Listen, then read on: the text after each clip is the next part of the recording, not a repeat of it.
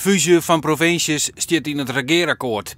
Voor de provinciale statenverkiezings van 2015 met de Utrecht, Flevoland en Noord-Holland geer wijzen.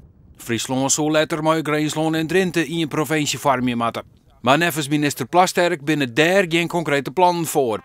Kan de vlaggen dan uit bij de voorstanders van een zelfstandig Friesland? Nee, absoluut niet. Dit is een eerste stapje. Plasterk gaat helemaal net zijn, volledig net.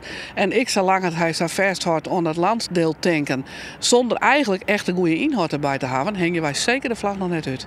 Wat zou minister Plasterk nou krijgt justerjoen?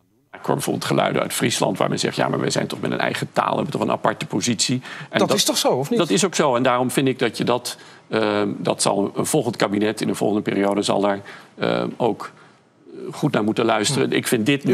U wilt de vingers niet branden aan Friesland bijvoorbeeld? Nee, ik heb geen enkel plan in de richting van Friesland. Wat positief is dat hij de specifieke positie van Friesland erkent, onderkent en dus dat ik op inhoud kennelijk benadert. Maar daarmee ben we er nog net. Dan zou je direct van, we houden vast aan 4 Loonsdelen. Nou ja, ik kan me toch net voorstellen dat het 4 Loonsdelen en Friesland wordt dan, toch? Nou ja, dat is zo'n hele bijzondere wijze. En wij volgen hebben, zet eerst op een riegen. Wat is nou het probleem? Want het argument, dat wordt heel makkelijk op een bestuurlijke drukte. Dan denk ik, ja, nou, als je de bestuurlijke drukte vermijden maar willen, rob dan voor de dictatuur maar uit bij daar.